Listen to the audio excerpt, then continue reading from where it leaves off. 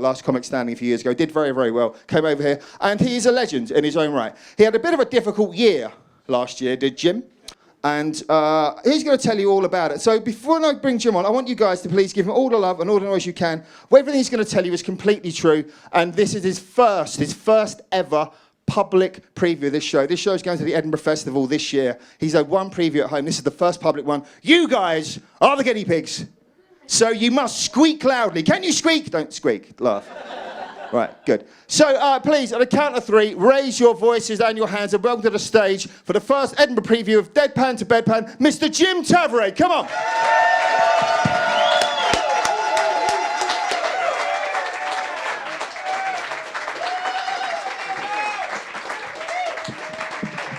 Thank you very much, ladies and gentlemen. Thank you, and welcome to the memorably titled show From Deadpan to Bedpan.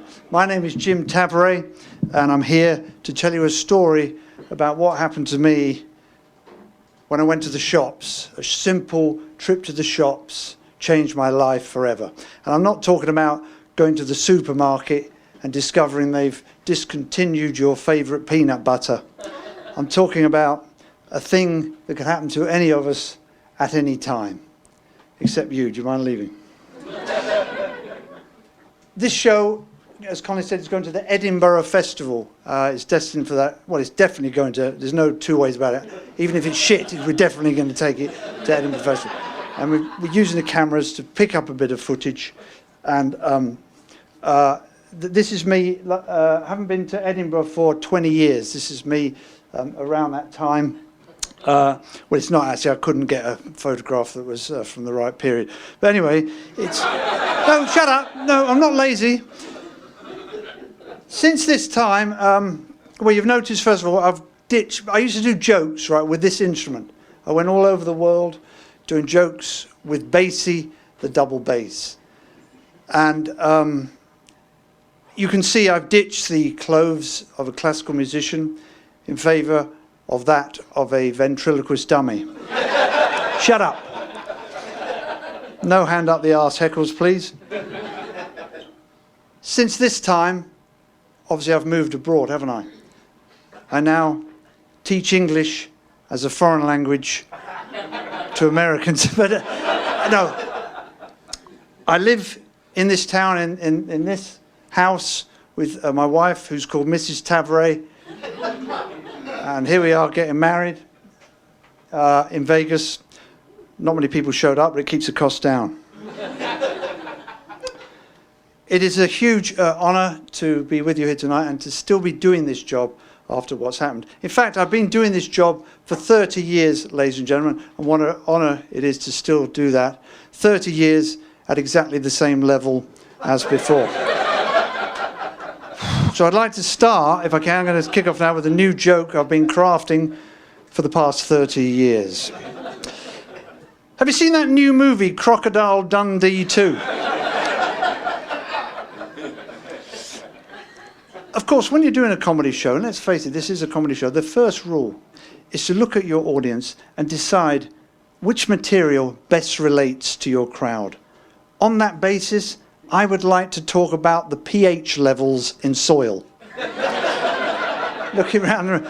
Actually, gardening can improve your life expectancy 20% unless you stand on the rake and the pole hits you in the head.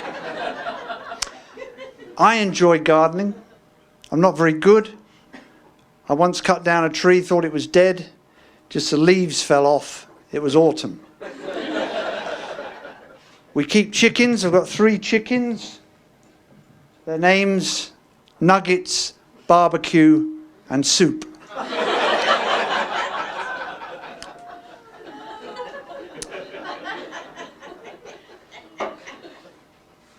Also have a juvenile male rooster who hasn't learned to crow properly. It doesn't actually speak properly yet. It just says cock every morning. And I was a bit worried it might be gay and wouldn't fertilise the eggs. So to trick it, I put moustaches on all the hens. I always wanted a dog. Well, Mrs. Tavare always wanted a dog. I wasn't so sure myself because of allergies. And then along comes the term hypoallergenic. I thought, that's the breed I want. So we went to the dog shelter. We're looking for a real, a real working breed, this type of thing. That there is Mr. Kippy. And his job is to fetch his frog when he's excited. And occasionally Roger it. Turns out Mr. Kippy was a bit of a nippy one. And he bit Mrs. Tavare on day one. So he becomes my dog. She still loves him, but I take him for walks.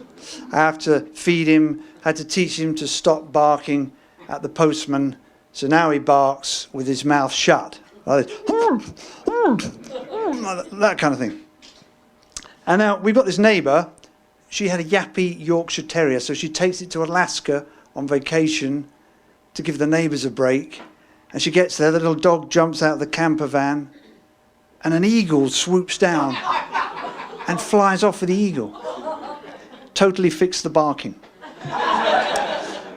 So our story begins